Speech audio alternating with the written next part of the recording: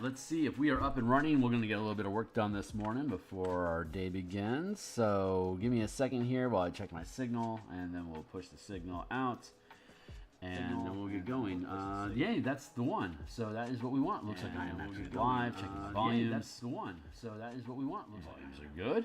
Let's drop that down, and then let's fetch this up. I'm doing some social media posting there, and while I do that, I will regale you with my origin story. So, hey, my name is Phil Kearney.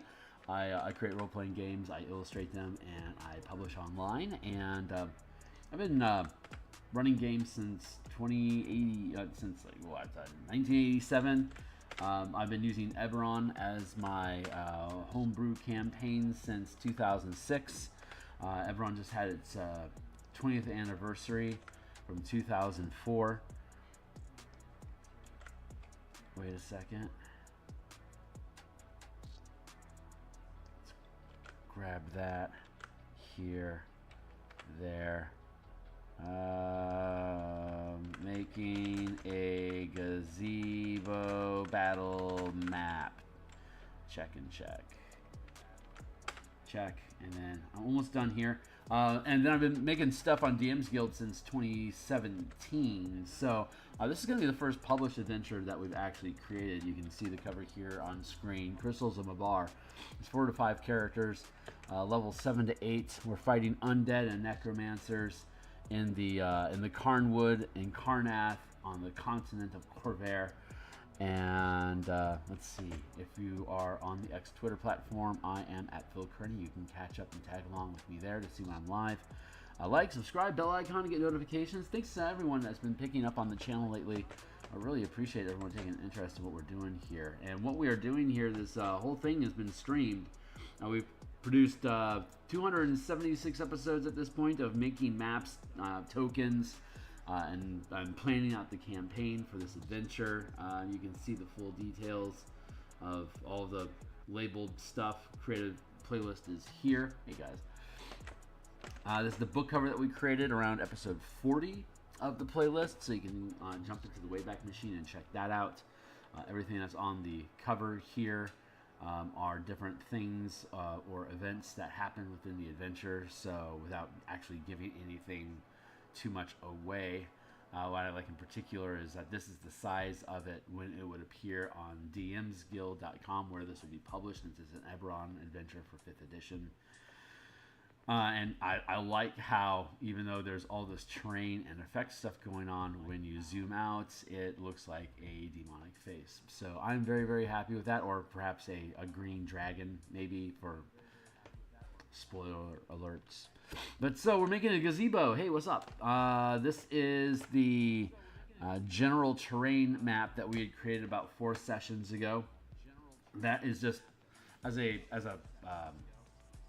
virtual tabletop. This is just something that you can just cut paste into a blank map to build terrain. The soil is being converted to this coffee grind type substance. It's like the necrotic effects of the manifest zone from Mabar. Mabar is the plane of undeath. As it drains life from the environment that it's terraforming and seeping into through the Carnwood, the soil dies and turns to this coffee grit sort of stuff, which is suitable for the different types of plants and stuff that we have as flora of Mabar, like native plants in the realm of death. So, yeah, so we're making, I'm going to go ahead and conceal the playmat space for the time being, because I cut and pasted this terrain tile from the Gazebo map. But I don't want it to just be a simple cut and paste. I want to revise the perimeter around it. So we're going to go into lines here. We're going to go to black. 4 pixels is what we want. It's I'm really excited. We're going to be revisiting our lunch stream that we have on. It should be a button 3. There we go. Our Tuesday design stream that we have at lunch. That'll be in about probably 6 or 7 hours, somewhere around in there. Like and subscribe to get notification when I'm going to go live later on today. But since we've looked at the monk officially on YouTube yesterday, and there's information on D&D Beyond now about what we can expect from the revisions for the monk, we can move forward now with revising the martial powers options for the monk and stay compliant with 2024. I like what they've done with the monk 2024. I'm still not perfectly happy with Stunning Strike, but everything else that they can spend mana on for the base class is legitimately good stuff to spend mana on. So I'm actually quite content with that. So virtually everything that we have already for the monk can be sustained. I think it can be simplified, and there.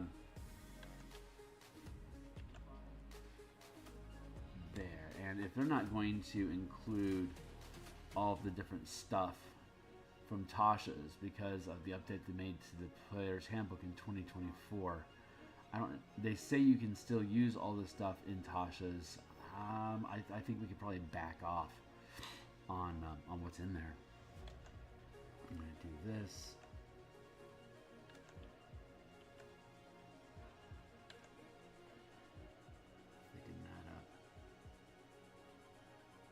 The different line weights that we use, 2 token, 2 pixels, 3 pixels, 4 pixels.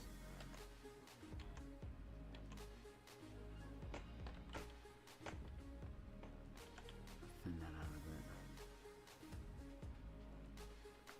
3 and 4 pixels is structural stuff, like stairs you actually have to traverse, or terrain you can't pass through. And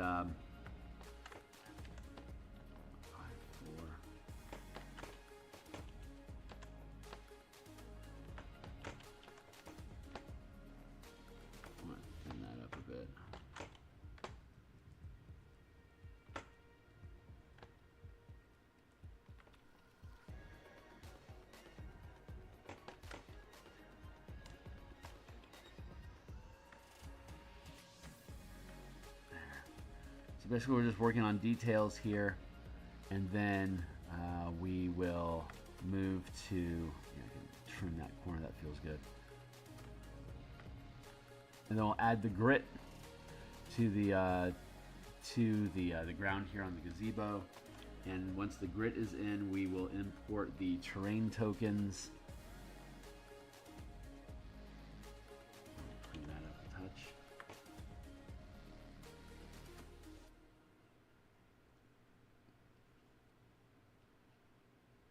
And we might be done with it today.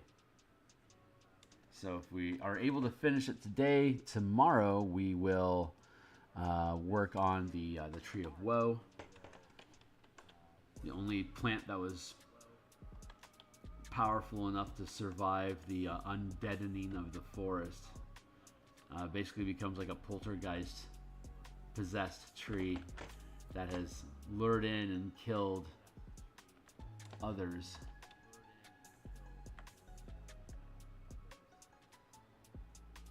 So now it has a taste for evil.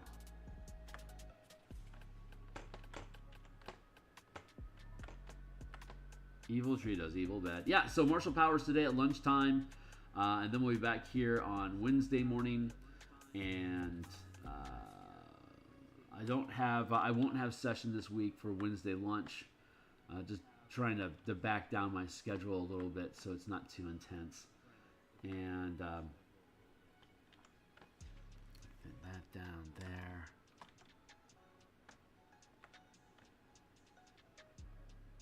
In there.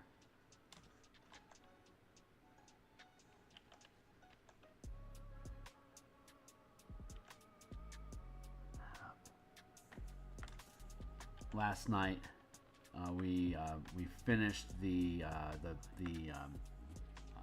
500-foot Spelljammer mega grab, and we started. We built the terrain map for the actual fleet battle So on Thursday, we're going to continue with that to make sure we're gonna take a piece of the terrain map that we built yesterday. On Thursday, we're gonna zoom into a chunk of it, and then blow that up so it's a larger map space, so we can have a 50 by 50 space for the ships to operate within, so they can have combat at the 50-foot scale and have plenty of room to maneuver between the 20 some odd ships that are going to be on the battlefield. So you can have it at the 50-foot scale, or we can also build little little vignette maps, like tear out little 10 by 10 chunks for the ships to interact and engage with each other. That'll feel really fun. So we're gonna build out a few different terrain maps for Spelljammer. We'll be doing that on Thursday, and then on Friday we'll be back here. We're always here in the morning, Monday through Friday, and often on Saturdays too. Actually, let's actually build that in.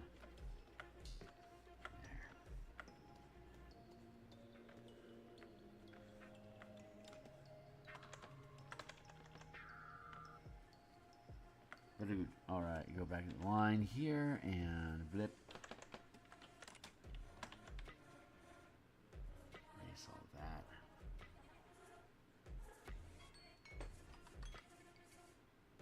Timely timer, keeping track of time with me, making sure I don't get trapped up in any inconsequential tangents that end up being just a waste of my time.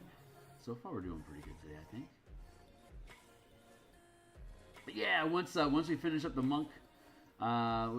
We should be able to finish it by Friday, and if not, we'll spend some time Saturday morning during my freebie stream to finish off those bits. Get in here real quick.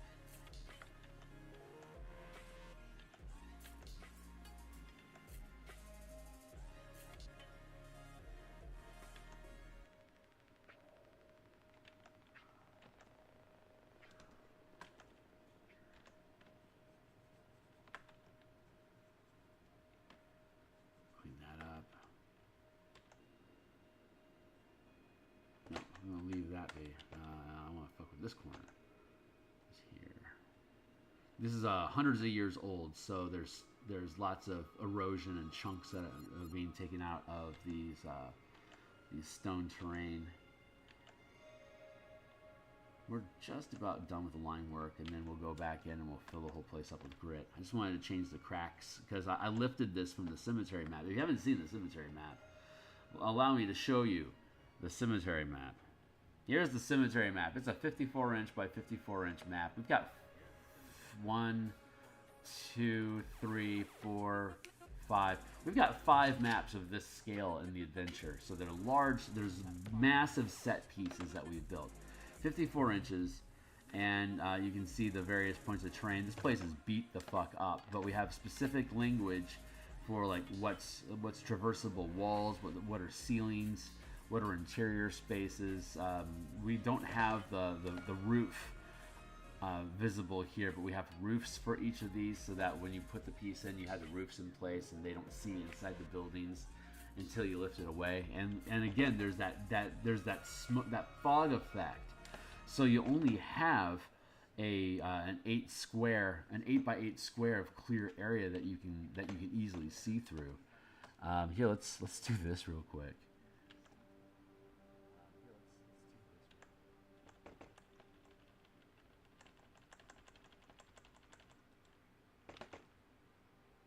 One, two, three, four, five, six.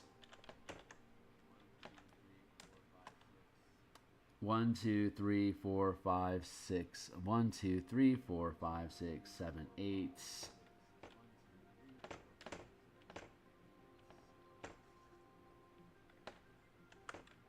I need to.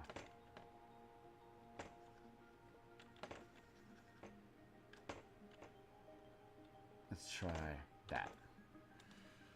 1, 2, 3, 4, 5, 6, 7. Perfect. Okay, so this is the amount of area that the team can see. Oops, I knocked it off kilter.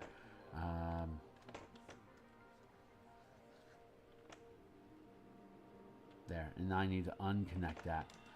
So as your team's going around, you really only have this much space that you can clearly see. And then let's go to.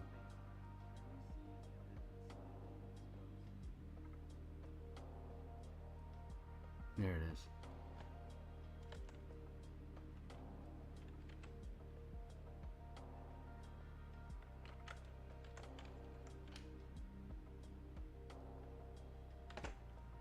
Like that. So you have a 40-foot area that you can see here, and then it extends out another 40 feet of partially concealed terrain. So you have like this, and then beyond that, it's concealed by the fog. So as your characters are traversing, this is the only like clear area that they have. They've got disadvantage to attack anything that's in the smoke area, and then beyond that, you just simply can't target it at all. So you have to like lob things blindly out in here so like you don't. So as you're traversing the space, like if you start off down here at the bottom, you have you can see that you're entering this terrain here, but we could then have we disable the layer mask.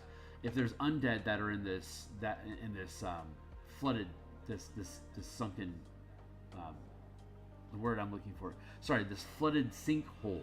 There could be a number of undead that are in there currently, and as they come out, if this is all the space that you have, your team is seeing undead coming from this way. So you're led this way. It's like, oh, there's a lot of water that they're wading through. Maybe we should navigate our way around the space. So it becomes a thing that they can explore.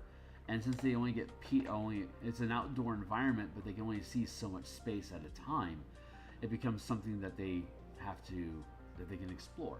You see, so we can set up a lighting system inside of the virtual tabletop, so the light effect from their torch comes off as the fog effect that they're traversing. So during the daytime, when the sun is blotted out, it's a light wash because of the scattering light.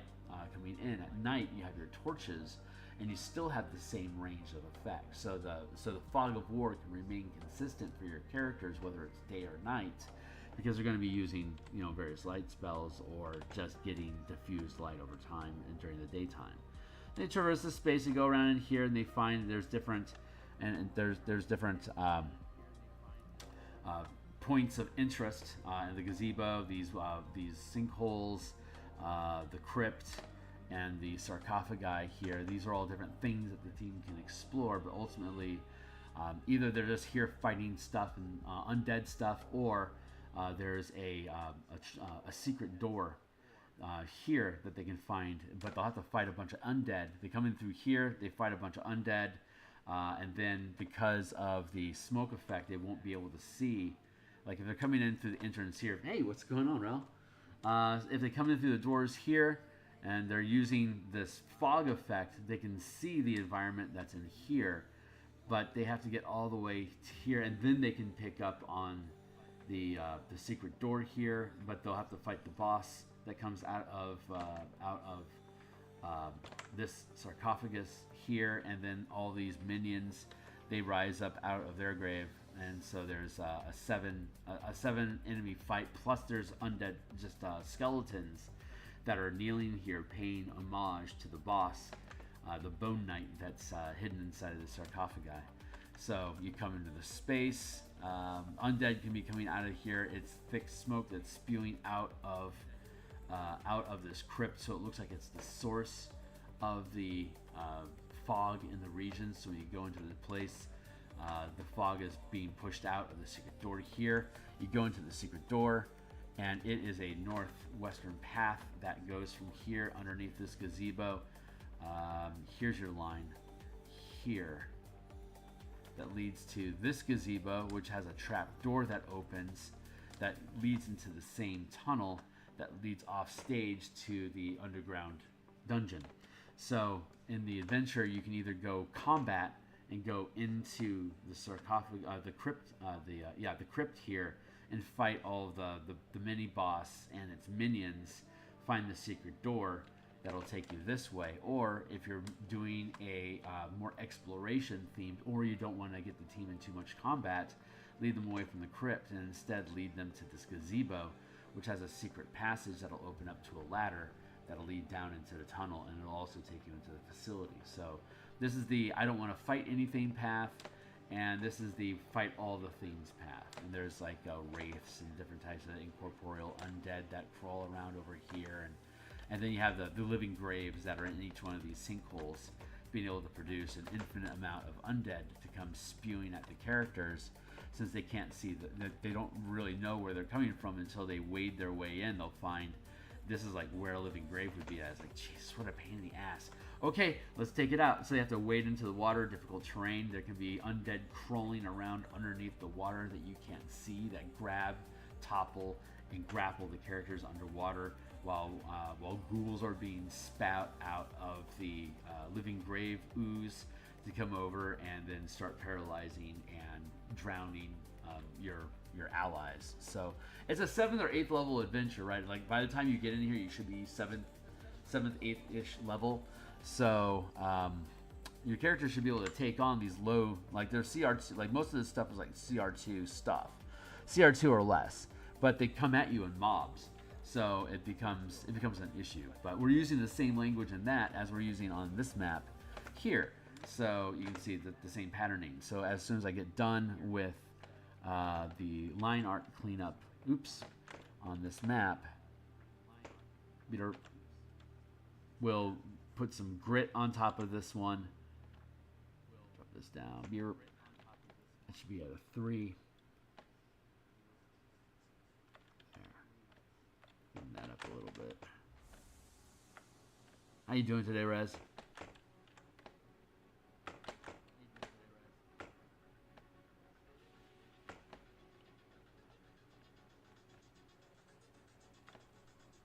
Nip the corner there, make it a little less clean.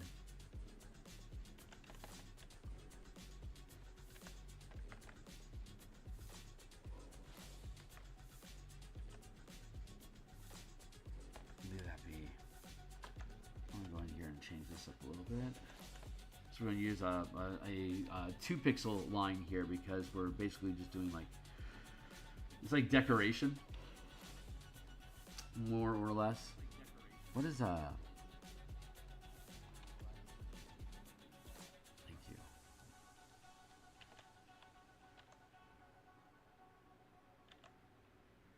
Feeling good.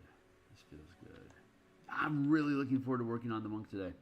Very, very much looking forward to that.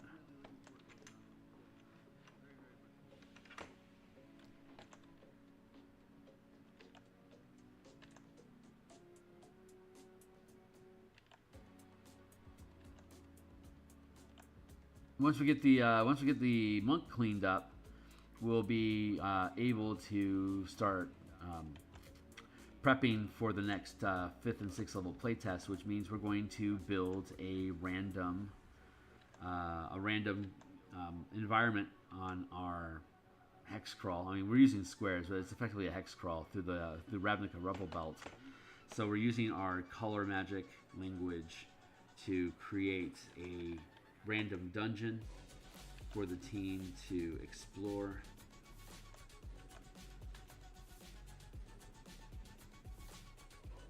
Because the playtest is a hex crawl campaign, so they're traversing the environment. They're trying to find they're scouting a safe path for a bunch of NPCs they're running an escort mission for. So it's a wilderness challenge with an NPC escort mission strapped to it, and we have randomly generated dungeons and terrain tile and the creatures that are in the terrain. It's a 10-mile block of wilds in the city ruins that have been overgrown. So there's ruins under their feet, and there is various entry points into toppled buildings and stuff that can make cool lairs for wild creatures over the past few hundred or thousand years. It has to be hundreds, otherwise nature would have completely reclaimed everything. So it's in Ravnica, there's these massive 20-mile long worms that live deep underground, and occasionally they surface for like mating and migration reasons, and they just destroy everything. Any cities that are in their path, they just completely just obliviate.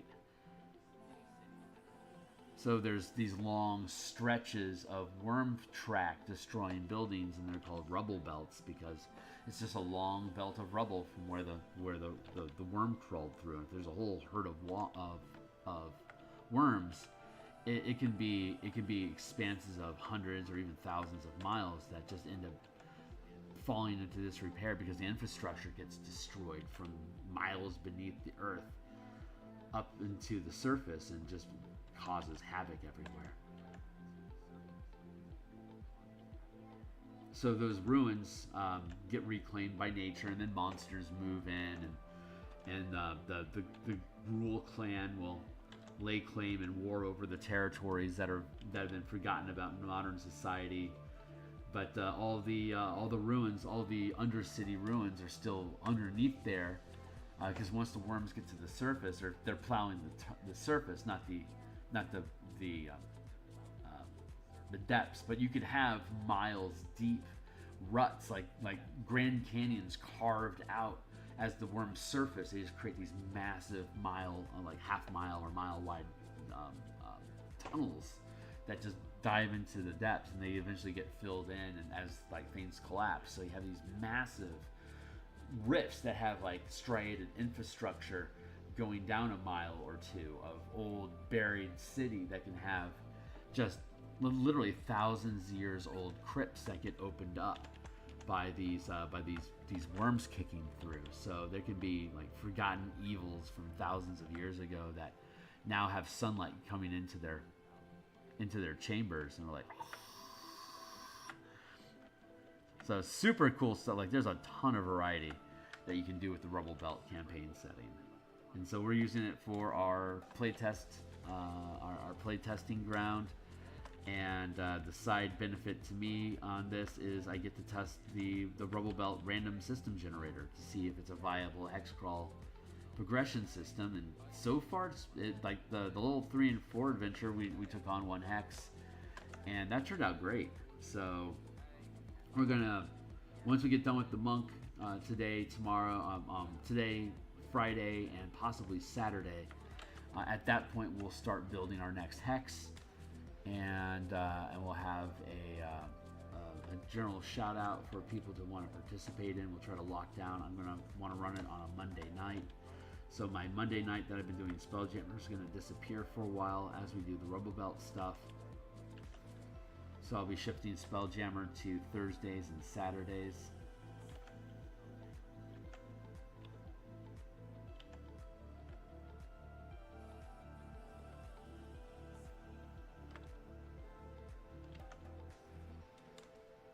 And we'll be playtesting on my Discord channel.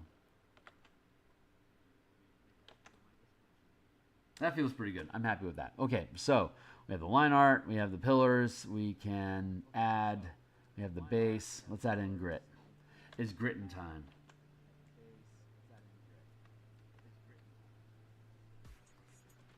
Grit. Where are we at? 7 o'clock? Time to rock.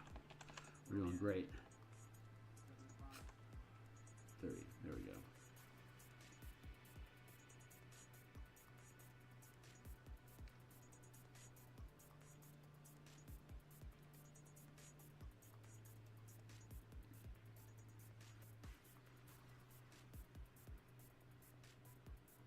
Yeah, that's right size.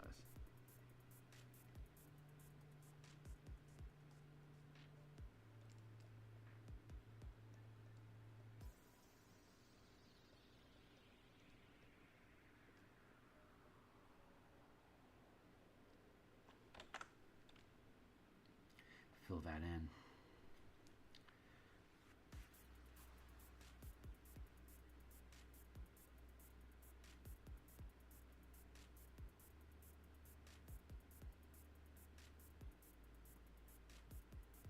I spy with my eye that is text. What's up? And who is the Skeletal Knight? We got overlap happening here. There. Any history of this individual? Oh yeah, sure. Hold on real quick. I'll give you that tangent. Let's go to art and creatures and characters. And here are monster tokens. Here's the living grave that we created, but this is going to be the, here he is, Bone Knight. Big beefy dude.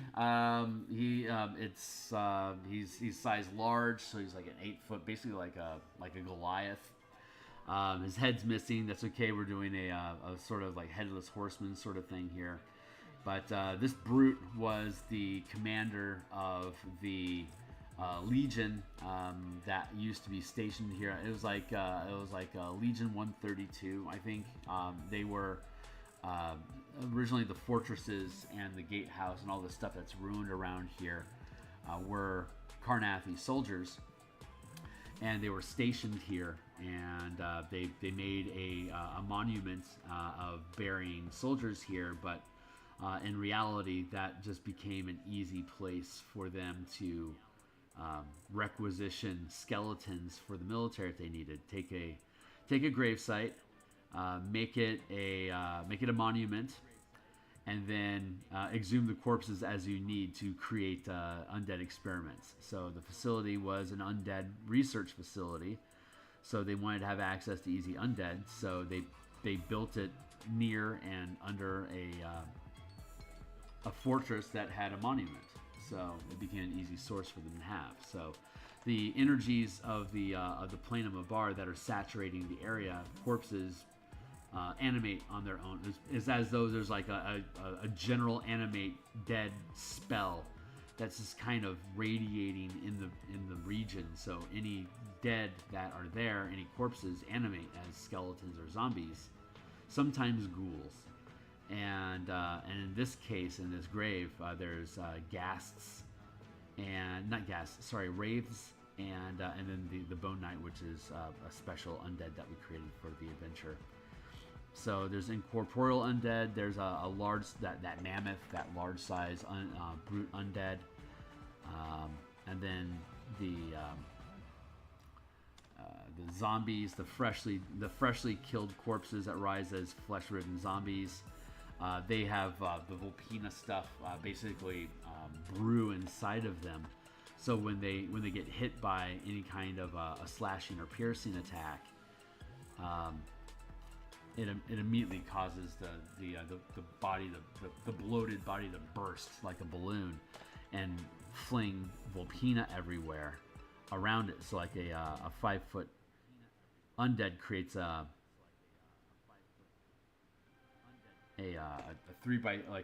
15-foot zone around it of this Volpina moss that causes sickening conditions. So it blows up around you. When it blows up, if you are in its space at the beginning of its turn where the stuff is at, if you're a melee combatant with a 5 foot reach, you're going to be guaranteed to be in that stuff every time you hit one of these bloated zombies. And so when your turn begins, you have to make a Constitution saving throw, and if you fail the saving throw, you lose your turn. All you can do is bonus action, and not even bonus action. You basically only have movement, so you have to move out of the Volpina, so that next turn you can. It's like the sicken condition like that is basically a stun light effect where you still have movement but you can't take actions. So it's a really great condition to use as a DM, as a player. Like the players, it's fine that the players stun things. That's because they're the heroes. They should be beating stuff up, and when they get action economy like that, they feel like they're using their resources well. So, like the monk's stunning strike, it only lasts a round, so it gives you a chance to beat up on something for a little bit, and that's cool.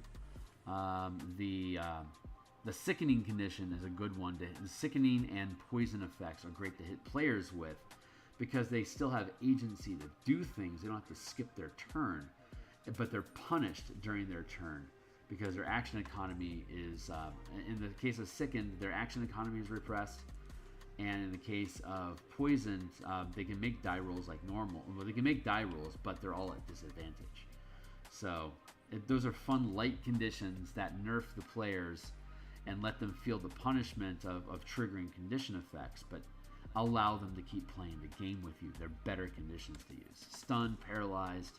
Those are things that players use against monsters. It's a PvE game. So there doesn't have to be balanced action economy or condition economy on each side of the DM screen, because the players are supposed to be there having fun, not skipping turns because they're being punished for something they didn't choose. I'm the one that's choosing the conditions that they get hit with. So if I decide that they should be hit with paralysis, that's me deciding that I don't want them to play that turn. It just doesn't feel right. So it's a great player condition. It's a great condition for players to deal out to creatures, and again, it's don't make it reciprocal. Just don't. It's not good game design to have reciprocal.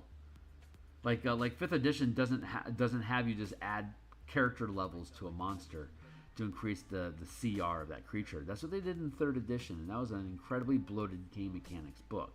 It was amazing. The deck building was incredible. The monster building templates and tacking on player levels was ridiculously powerful for creatures, and it was awesome. Like, building super dangerous foes in 3E was as easy as building super dangerous characters. It was eloquently symmetrical in that sense, but it was also a very, very slow game system and bulky as hell, and required system mastery to really be able to pull out the cool tricks. But it was a deck building. I've talked about this. It's a deck building game. 3E was a deck building game, which was so appropriate for a company like Magic the Gathering to take over and start to build for. Made perfect sense to me, and it was awesome. It was a really cool. I'd never really seen. I mean, I knew like Rollmaster existed, where you're and Shadowrun, where you're doing basically and GURPS. Every time you gain experience points, you can spend it on skill improvements and then acquiring new skills to improve, and everything was basically like a skill system of a sort. But D&D was, it felt like, 3E felt like D&D, but with a deck building character generator on top of it. It was super fucking cool.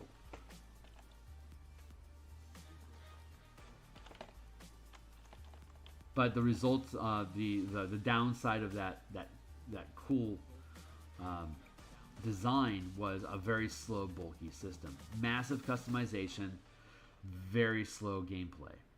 So 5E's also has slow gameplay because of the amount of action economy that they kept.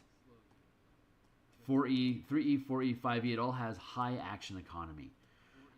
Before that, basically, D&D, before 3rd edition, D&D was nothing but ability checks, basically.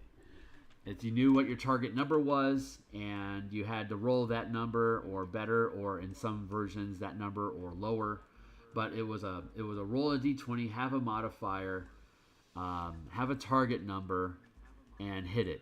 Very basic D&D. They would just tell you there are no modifiers. Here's the basic number, like because of the level you're at. Here's the number that you need to roll to achieve this thing. It was all on a chart. There wasn't a difficulty class matrix yet. Everything basically had a target number assigned to it that you always knew that you had to hit, and your character would either the number on your character sheet would lower over time. It'd be easier and easier for you to hit the target numbers, or if you're fighting undead, it became the target number that you have to roll would become lower and lower for you to hit the monster. So it was a very simple chart-based system, and then they added the difficulty class, and then adding bonuses to your die roll. So that's how you started having rolling high as good. Before that, rolling high meant it was easier for you to hit a low target number.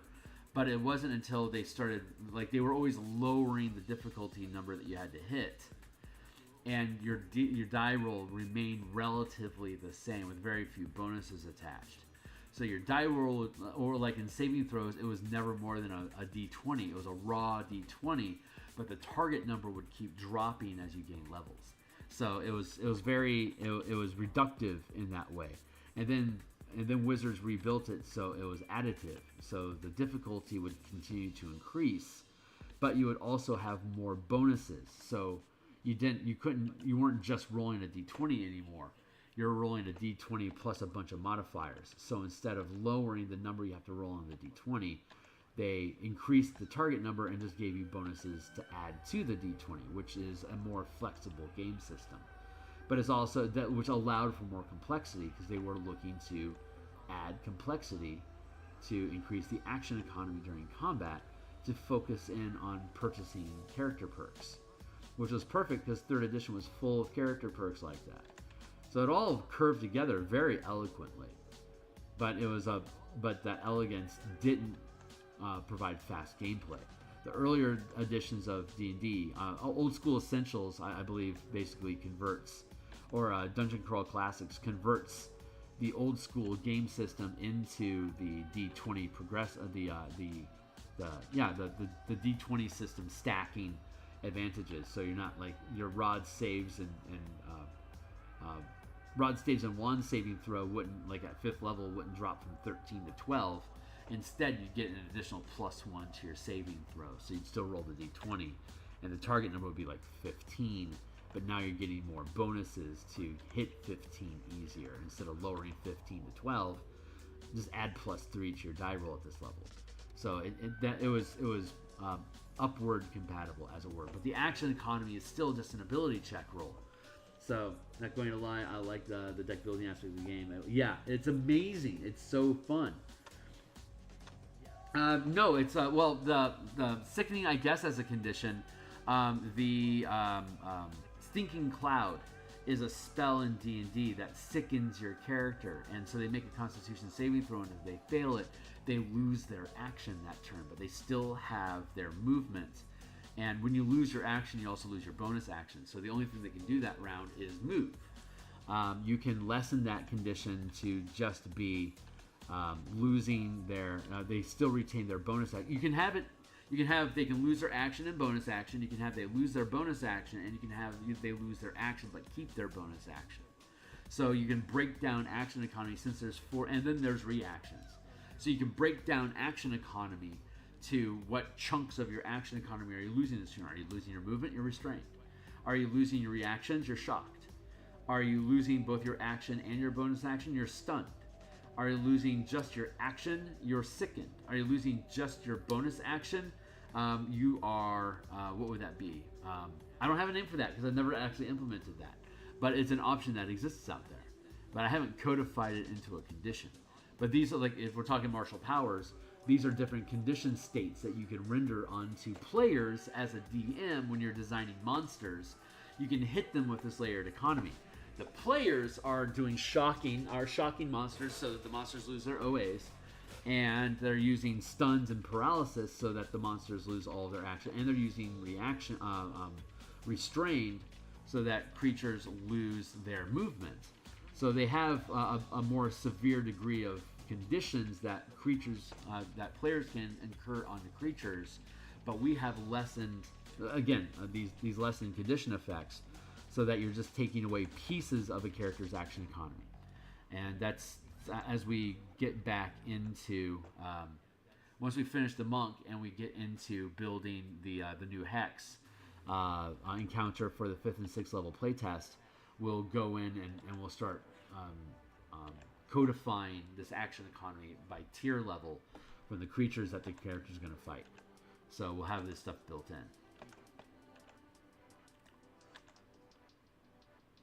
So like Paralyzing Strike. We wouldn't expect creatures to have Paralyzing Strike, but they would have like Sickening Strike or Addling Strike or whatever we would call it. Rattle. Maybe rattle. Maybe if you're rattled, you can't use your bonus actions. So we would have a Rattling Strike. That might not be the best term for that.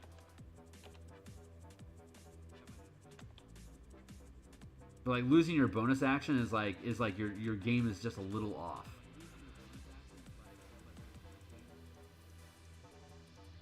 Yeah, it is. It is.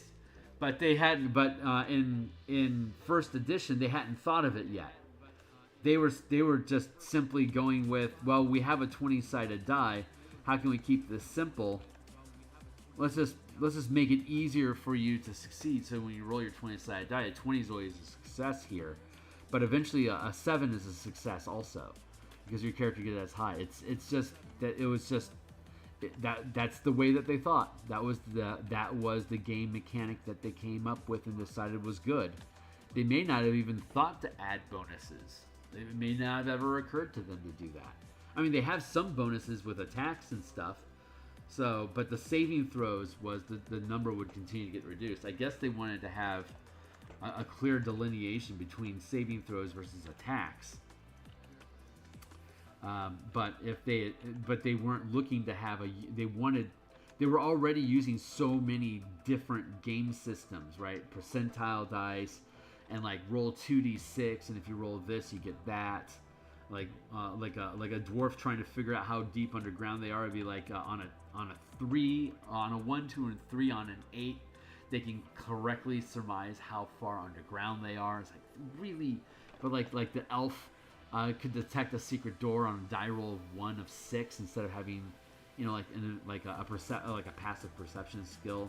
So like they had all these wonky percentiles. So like we figured there should be about a 33% chance, 1 in 3 times an elf should notice a door. How do we do that? Well, we roll a d6, and 1 and 2 on a 6 is 33%. So there you go. They were thinking percentiles, and what funky dice combinations could they use to find those percentiles instead of just rolling percentile dice all the time. But then sometimes you would roll percentile dice. So it was like all over the place. And they were using like the outdoor survival game is where hex crawls came from, and they're like flat out like, yeah, go play outdoor survival, and when you run into a monster, start playing D&D again. And before they had like fully integrated hex crawl mechanics into the core narrative of how D&D plays with Expert Edition, it was goofy. It was a goofy, super eccentric, oddball system, and it was awesome because it was so gonzo. Like since nothing made sense, everything made sense. The way that they built the game being so chaotic like that actually fit into how chaotic a high fantasy campaign could really be. It was just so gonzo, and it was really, again, more about not character immersion, but the character. Since this is like the first time people had really messed around with this role playing idea, it was more like an escape room that you would go to, and it was a virtual escape room, and your character was your user interface to interact with the puzzles and traps and challenges of that escape room. And since it was an avatar virtual character that you were representing, they could be lethal. So you didn't have to worry about actually killing your friends in a lethal dungeon that you made. It's all just a virtual environment, so you just narrate it. And they traverse this space, and sometimes they get killed, and sometimes they're okay. And hey, that's D&D. Let's make a sci-fi setting for this. Cool. How about Star Frontiers and Gamma World? Yeah. Let's do super spies, and ninjas and super spies came out. Like all these different genres, but they were all just goofball mechanics because nobody had come up with a unifying dice system yet. And then there was GURPS, the generic universal role-playing system, which standardized how they did stuff, but it was also still a cacophony of different die rolls and mechanics. It just allowed you to use the same goofy mechanics in any genre of game. And then Palladium came out, which was also a cacophony of percentiles and D20s and D6s and D8s. But Rollmaster came out, and Rollmaster was everything is percentile dice. You're adding skills, you're using your experience points as percentile points, and so like if you want to be an expert swordsman, you're going to keep adding percentile dice until your swordsman skill is 100%. But there's like 100 different skills that you can invest into depending on how broadly you want your character to do stuff. You want to be a magic user? Great. There's like 7 or 8 different things you can spec into 1% at a time to eventually accumulate. Like if you get 3 or 4 experience points per level, like per adventure, and like one percentile point every session, and then when an adventure ends, like 3 or 4 extra points, and you've got like 1,200 percentile worth of things you want to make your character perfect at, that like fully realize your Elric character clone, then you're gonna be playing for like a few hundred sessions, right? Like I can run a campaign in D&D from level 1 to 20 in about 250 hours, and that's basically like in 3 or 4 hour chunks. That's basically a year worth of gaming. As a Rollmaster character, if like say every 4 sessions you finish an adventure, then that's going to be 12 adventures. That's going to give you 50 points plus the 50 games. Over the course of a year in Rollmaster, you would be accumulating basically 100 percentile points, roughly 2 per session. So, and if you're only playing once a week, that's basically 2 percentile points per week. So you can pan out over the course of like how powerful do we want our characters to end up being.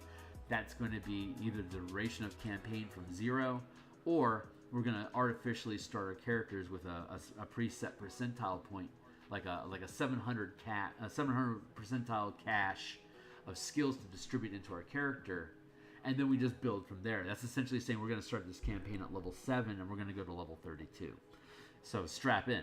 And that's the kind of skill. So Rollmaster was boring as fuck to play because the percentiles were just boring.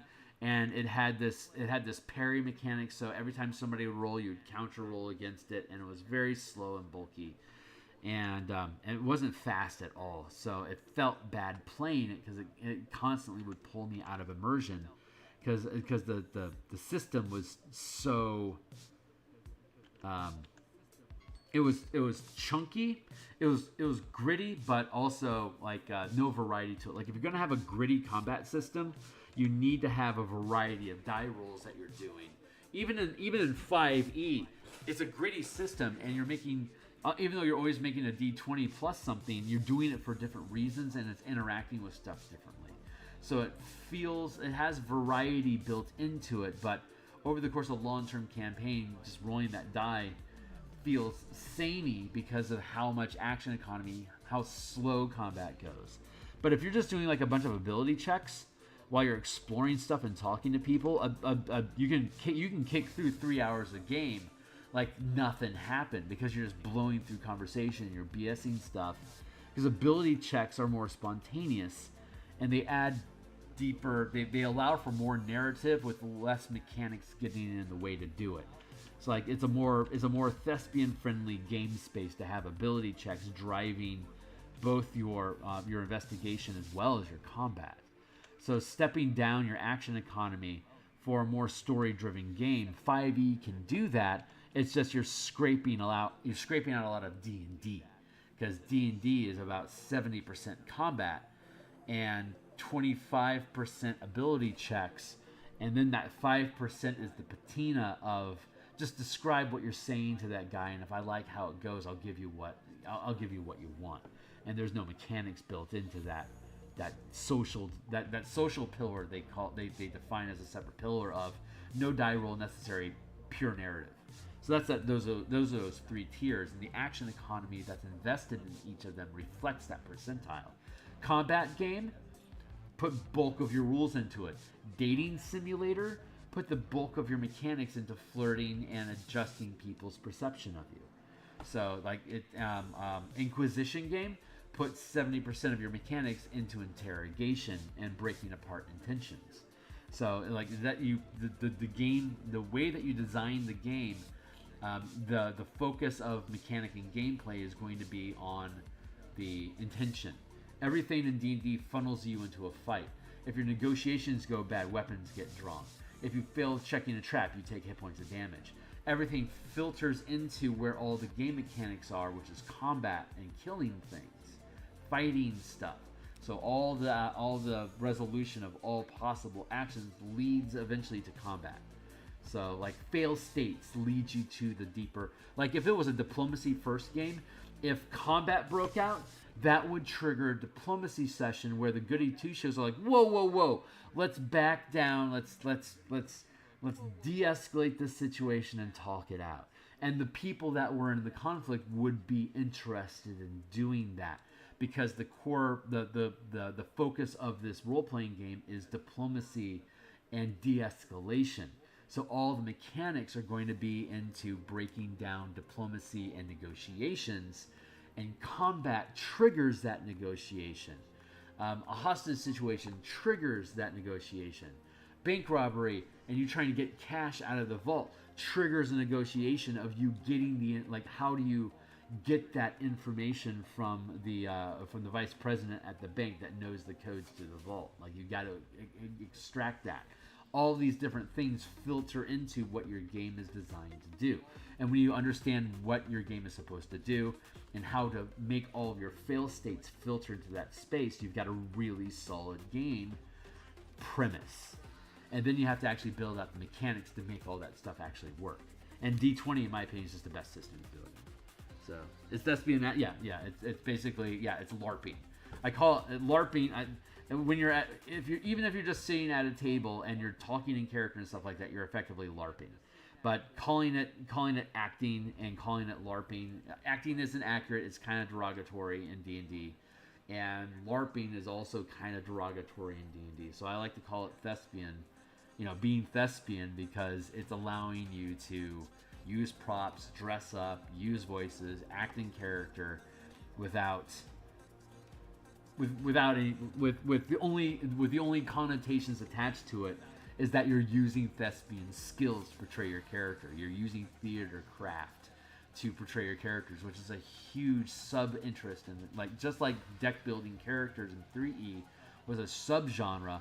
Dressing up, acting in character, knowing the depth of your character, that is a subgenre. It's a mini game inside of the game that I don't participate in at all. Like, that is not my game at all. My games are more investigation and geopolitics and negotiations with combat threaded into it, with very little concern about character backstory and character immersion. It's I wear on my sleeve that where user interface is interacting with this environment in a very first edition sort of aesthetic, because that's how I learned how to play D&D, isn't that first edition. So I like that. I like that the game is a stand-in for your own decision making, because originally it was just the character class you would play would just assign the skill set that you were able to overcome threats with, and it didn't have anything to do with a personality. It's like, you don't get a personality. God, you're probably gonna die next combat anyway. Why would you need a personality? Your personality was what's the word I'm looking for? It's not progressive. It's not immersive. It was. It would be revealed over time. It was, God, I can't believe I'm blanking on this word. Fucking A. It would just manifest in time as a result of the adventures your character went on. Your personality would manifest from success. You didn't really have one coming in. You might have an accent, like you might know what clan your dwarf came from, and whether he's using Irish or Scottish accent today. Who knows? And like, does he like beer or whiskey more? Like, very rudimentary stuff, but no like real drama or like character development. Like, you would earn that by staying alive long enough to accumulate stories of all the crazy shit you survived. And that became your history as your character continued surviving forward. Like, the idea of like a background and a backstory that got introduced in second edition, after while Dragonlance was starting to come out, and that level of character depth became more interesting. But in first edition AD&D and the old Beckme series, that the idea of having character depth was completely foreign to any table that I had ever ran across. Like, it wasn't about that at all. It was about like understanding how the dungeon environment worked, figuring out traps and puzzles, overcoming goofball monsters. There. That feels pretty good as far as grit goes. So there's that.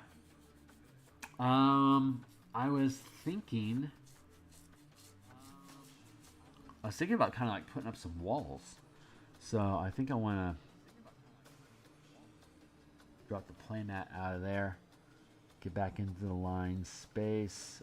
We're gonna go with gazebo. I want to build some. I want to build some walls. I think gazebo and walls. Line. Are we going on time? 7:30.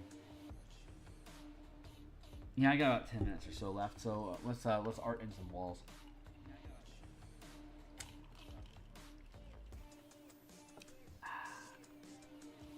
Let's see.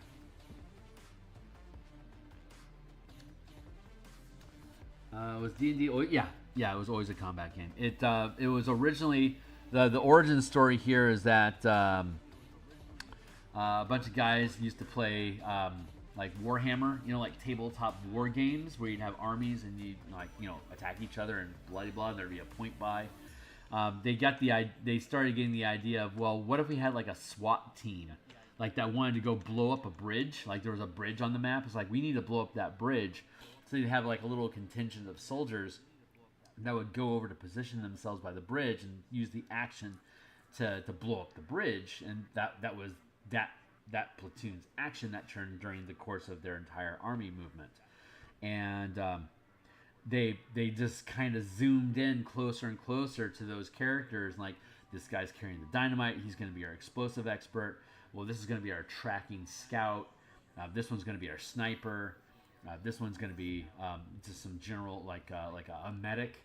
So you have this little team of specialist operatives that exist inside of a platoon, and they built classes out of that.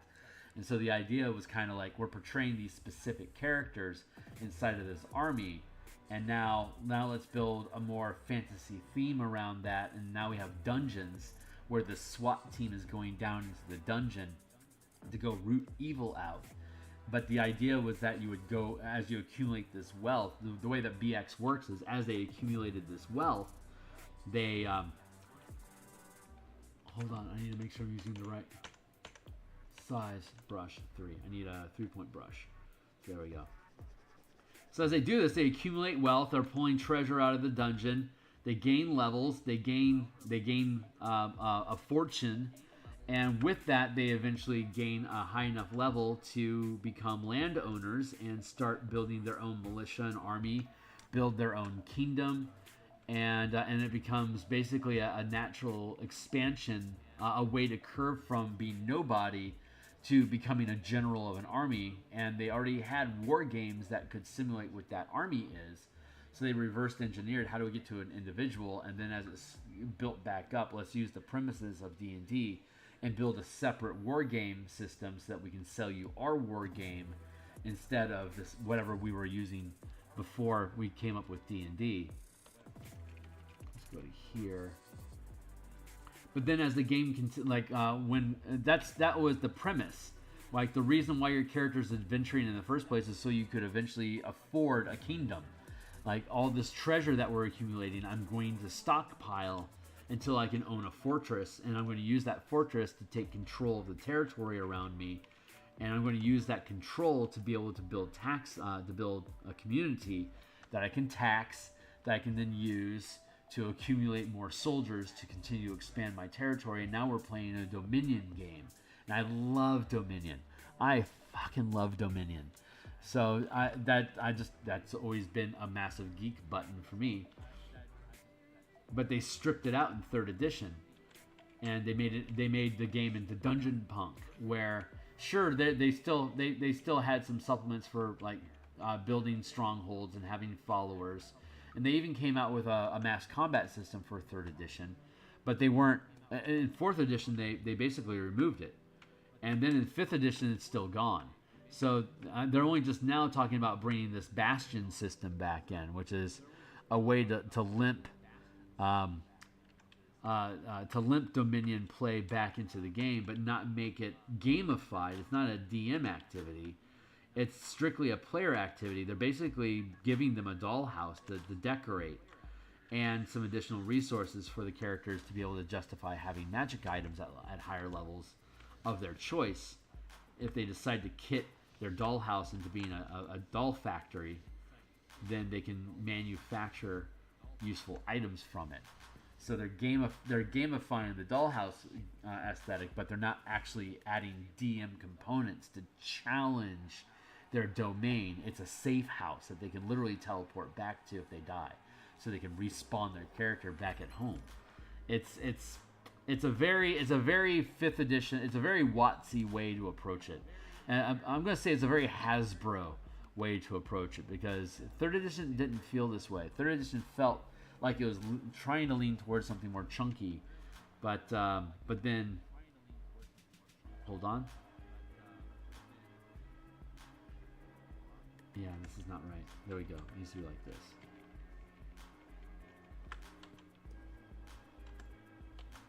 There. Why does this feel off? That's going... Oh, because I shortened the wrong one. Go on, Kearney. This is the one I needed, though, shortened. Here.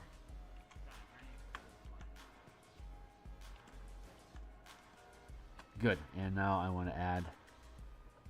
duplicate that layer. For transform.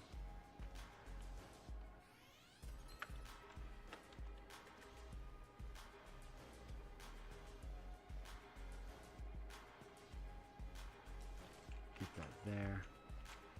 So, yeah. It was originally. It was primarily combat had the most rules, so it was primarily combat. But the old D&D, the old actual D&D, it was investigation as much as combat. You're breaking into a dungeon and you're like looking for secret doors, you're looking for traps.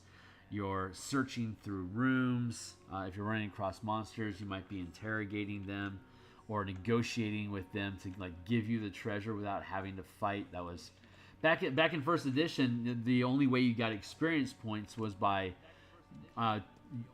taking wealth out of the dungeon and then throwing it away frivolously to basically support the community that you return to.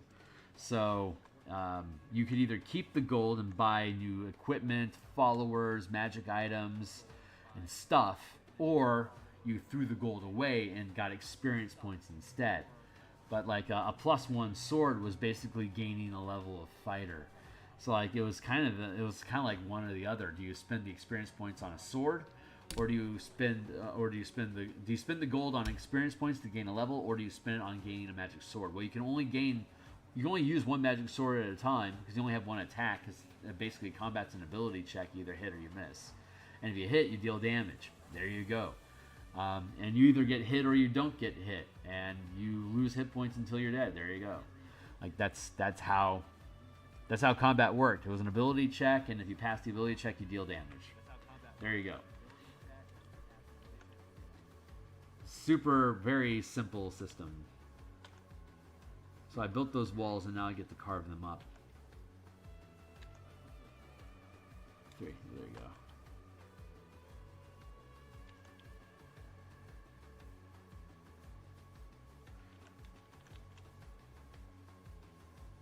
So if you wanted to find something, you had to tell the DM what you were looking for. Like I want to search all the drawers. I want to search the drawers in that desk. And if there's something interesting in the drawers, the DM tells you. Yeah, it seems like there's a secret panel. You didn't have like a you could use a secret door check there if you wanted to, but the DM would do it behind the screen and tell you if you found it or not. The players wouldn't make a check. The DM would just roll the die and tell you whether or not if the dwarf is like, hey, how deep underground are we? The DM would roll it in secret and tell you what the result is, and you don't know if it's true or not. It's just what you're being told, and you can find out later on, oh, that was complete lie. Fuck, I was totally wrong. But that's how reality really works. You think you're 400 feet underground, and you realize that you're actually a mile underground. Like, you find that, like, however it is that you find that on the way back up. Jesus, it's taking you for fucking ever to get back up. Well, I think we're more than 400 feet deep, guys. You know, like you live and you learn. Like, you fuck around and find out. 1st edition was all about fucking around and finding out. You didn't get any straight answers. You're just told what you think. Like, yeah, you think that they're telling you the truth. You have no way of knowing if they're telling you the truth or not. You just got to go on your own personal gut as a player. Like, it's up to you to decide whether what you're being told is true or not, and then act accordingly. And the DM doesn't care. If the die rolls say, yeah, you need to lie to your player now, the DM lies to the player. Like, that's the result, because you only have a 1 in 3 chance of finding that secret door. You're not going to roll for the secret door. The DM's going to roll it. It's like the narrative was a lot different than where the culture has taken 5e to be at this point. And the DM doesn't even necessarily need to roll a die. Like, if I want you to find that secret door, all you have to do is search the bookshelf and you'll automatically find it. So there's no die roll necessary. I'm going to tell you what you need to know. It wasn't until 3rd edition when we had skill checks being implemented. Like there were proficiencies for skills in 2nd edition, but it didn't really affect the game. It was just something you could do. Like if you were a cartographer, if you had the skills, if you had the cartography proficiency, there wasn't any kind of a die roll that you made. It just says you can make maps. So like if your character would sensibly know something because they're map makers, the DM could BS. It's like, yeah, you would know that, and then it gives them a reason to tell you an answer. Like, it just provided an additional means of saying, yeah, you're a fighter. Yeah, you know fighter stuff. This looks like, you know, these are crossbow bolt holes, you know, whatever. But like if you're also a Fletcher and Bowyer, and you know how to make them, you might notice an additional detail about whatever it was I was just talking about. So, but as it continues to get more and more gamified, like if you have a hammer, everything's a nail. When you have a d20 in your hand and you make checks, you want to make a check for everything, and we see that all the time, because the one tool that players have is rolling a 20-sided die. Can I succeed at a die roll to continue the story forward? Yes or no? It's like, oh yeah, you don't need to. I'm just going to tell you the information that you need right now. Oh, okay. You don't feel like you're playing the game if you're just being handed answers, right? But that used to be all it was. You just had to know what questions to ask. Now it's like, can I make a die roll so that I would have reflexively known what question to ask? Like, some DMs like that and some don't. It just depends on how you like to narrate the game.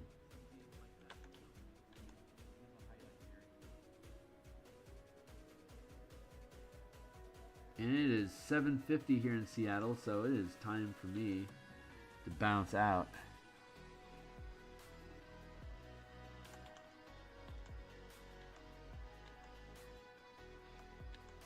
So we're going to finish building these walls. We're going to finish that next session. The coloring them in will be fine. And then we'll have the terrain, and then we're going to add in the tokens, the terrain tokens, and some water, some flooded sinkholes as well, to finish up this particular map. And when that's done, we may have this done tomorrow, maybe not, but maybe. And but when we do, that would probably mean that no matter what, we'll be finished by Thursday, and then we'll start on the Tree of Woe, which will use a similar terrain. We'll have instead of gazebo, it'll be a massive undead tree to fight, and there'll be lots of sinkholes and undead and stuff like that. So it'll be a little combat map. So that's what we're going to continue. We'll do that tomorrow. I'm going to press save here. I'm going to be back at lunchtime today in about probably 6 hours to work on the monk. So let's call it 5.5. Let's see if I can be back here at 12:30 Seattle time. That's 5.5 hours from now. So I'll be back. We're going to be updating the Martial Powers monk with the information that we gathered from the 2024 revisions to the monk tomorrow that we got yesterday. So tune in for that. Like, subscribe if you're checking out the channel, and we still investigate if we want. Yeah. I'm happy to continue this conversation with you another time, but I got to bounce for now. So out of here.